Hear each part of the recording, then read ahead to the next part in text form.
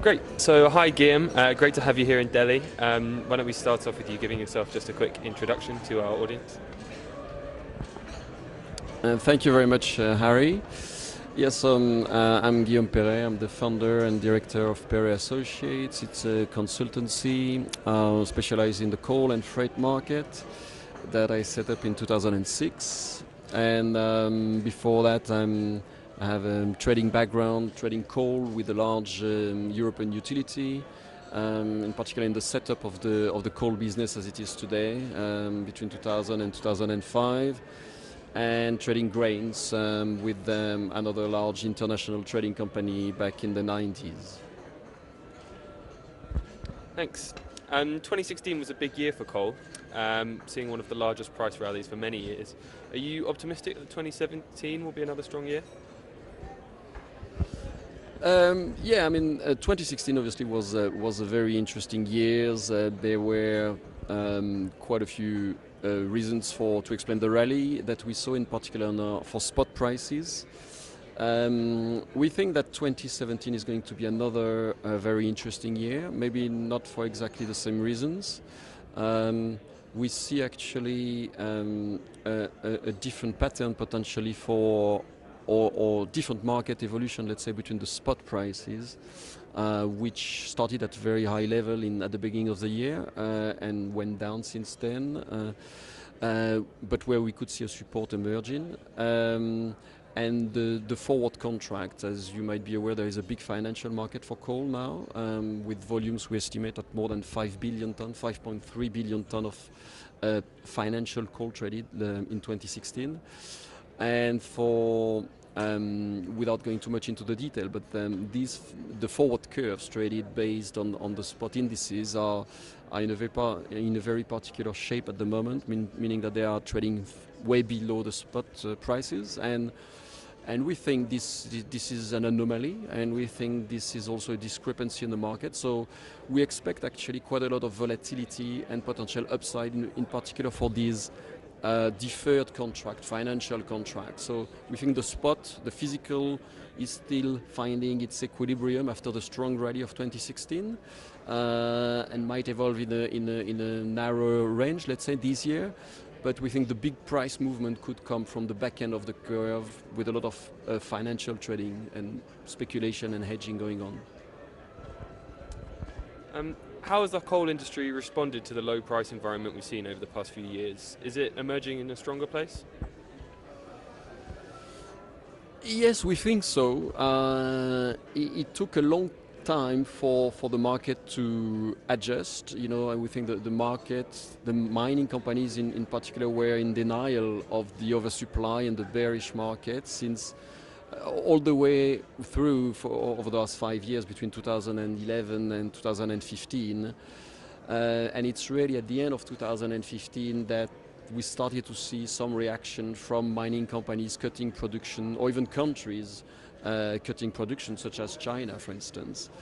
I think we are probably in a better place today than where we were, for instance, in 2011. For those of you who were in the market, we had a big rally in 2009 and 10 after the financial crisis. The coal market increased and recovered very quickly from the financial crisis. But the result was very quickly another investment in mining in the years 2010, 11, 12, in particular from Indonesia, but also from other places in the world.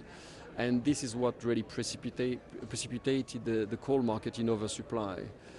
But we think that now, this time, it's very different, because a lot of mining companies have had their fingers burned by the bear trend. Some of them have shut down.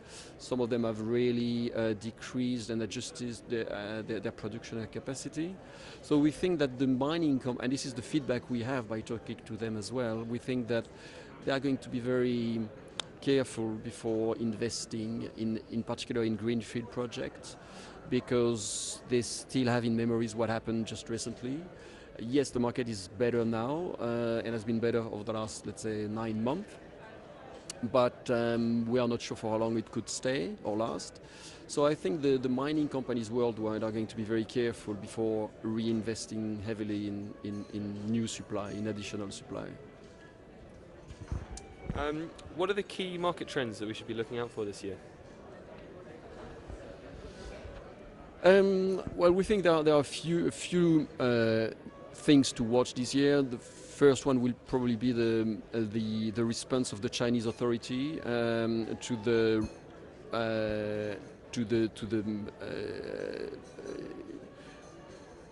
to the recovery in prices, or let's say to the recovery in production, meaning that the prices are now at a much more manageable level for the Chinese authorities. So we think the Chinese authorities might be going through another round of cuts in production now that the market has stabilized, but these cuts might be much smaller and much more adjusted than the big cuts that they did or they announced in March, April last year.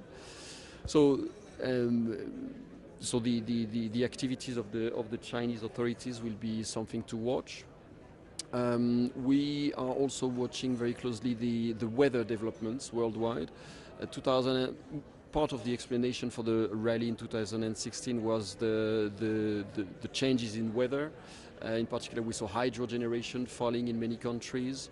We had some nuclear problems in many countries, such as France and South Korea.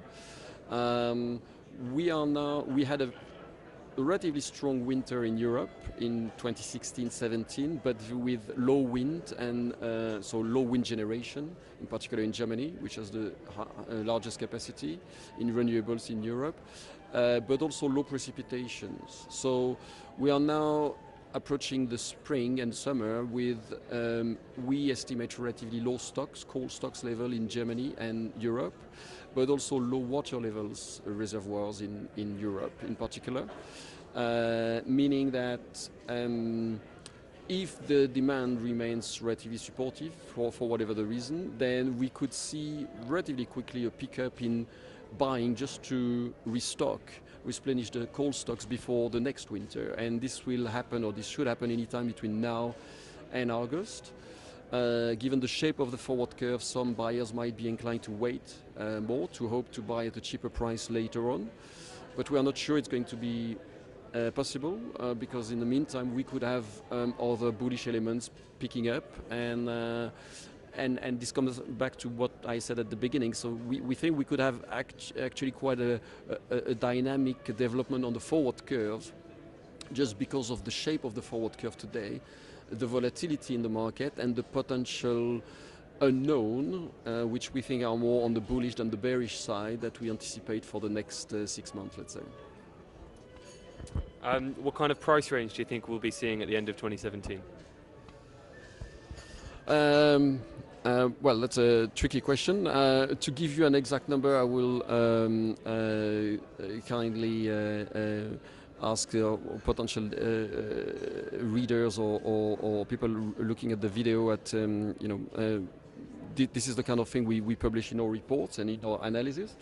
But I would say that, as I say, for the spot prices, we see a relatively range, a market trading in a relatively established range that we could put in the $70 to $90. Let's say for the API 2 contract, maybe 65 to 95 for the spot contracts. You could say it's a wide range, but our forecast, the last forecast that we did, which was published in December, was actually. I could give you the exact number, but it will be in the $70, $80. But I think the interesting thing is that even at the beginning of the year, if you were looking at the Cal 18 contract, 2019 contract, they were trading below the $60. And from that perspective, we think there is a potential upside just because of the discount of the forward contracts where the spot was and where we think the spot will be at that time. So we think it will be difficult for the market to go above the 100 mark because then you could really tempt new supply to enter the market, and in a way that's what could kill the market. On the other hand, we think it will be difficult for the market to go below the $60 because then we start to go into the cost of production of many countries. We didn't talk about Russia as one of the main elements to watch this year, but we are watching Russia very closely. We see also potential bullish developments in Russia.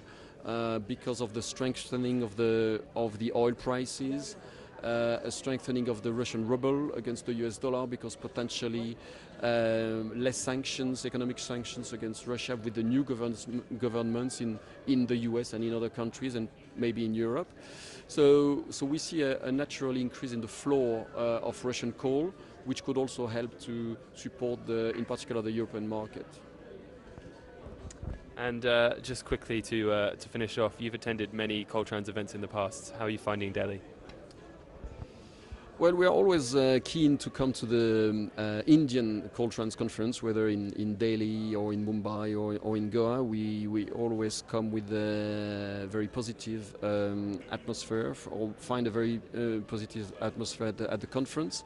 So it's really one of the conferences that we will not miss during the year. We saw some interesting presentation. I'm waiting for more presentation. We also saw direct feedback from end users and producers in India. There seems to be quite a lot of question marks, which is also interesting. You know, there is a mix of political issues in India, but also the fact that because it's a democracy, all these things tend to be implemented with quite a long time lag. So all in all, it creates a very interesting package, let's say, or a very interesting conference that we are delighted to attend. Fantastic. Thanks, Guillaume.